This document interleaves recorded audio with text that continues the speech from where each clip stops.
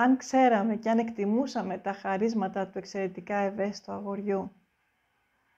Τα παιδιά αυτά έχουν συμπόνια, ευγένεια, ευσυνειδησία, μεγάλη διορατικότητα, έχουν μεγάλη ασθεναίσθηση, νοιάζονται πραγματικά για τους άλλους ανθρώπους, αλλά και για κάθε ζωή που υπάρχει σε αυτόν τον πλανήτη.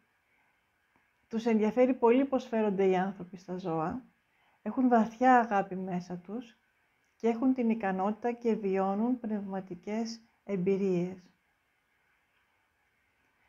Εάν αναγνωρίζεις ότι αυτά είναι πραγματικά εξαιρετικές ποιότητες και βοηθήσεις το παιδί σου, μοιράζοντας μαζί του τα ενδιαφέροντά του, παίζοντας ένα ήσυχο παιχνίδι, κάνοντας μια κατασκευή στους ρυθμούς που θέλει εκείνο, θα το βοηθήσεις να αποκτήσει αυτοεκτίμηση και αυτοπεποίθηση.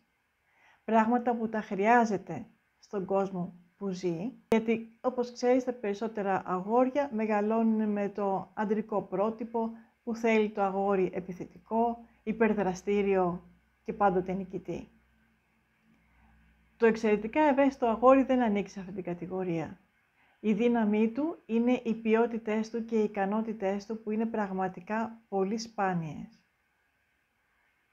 Και είναι αυτές που μπορεί η κοινωνία να τα θεωρεί αδυναμίες και είναι αυτή η αδυναμία που το βοηθάει να κάνει εξαιρετικά πράγματα στη ζωή του.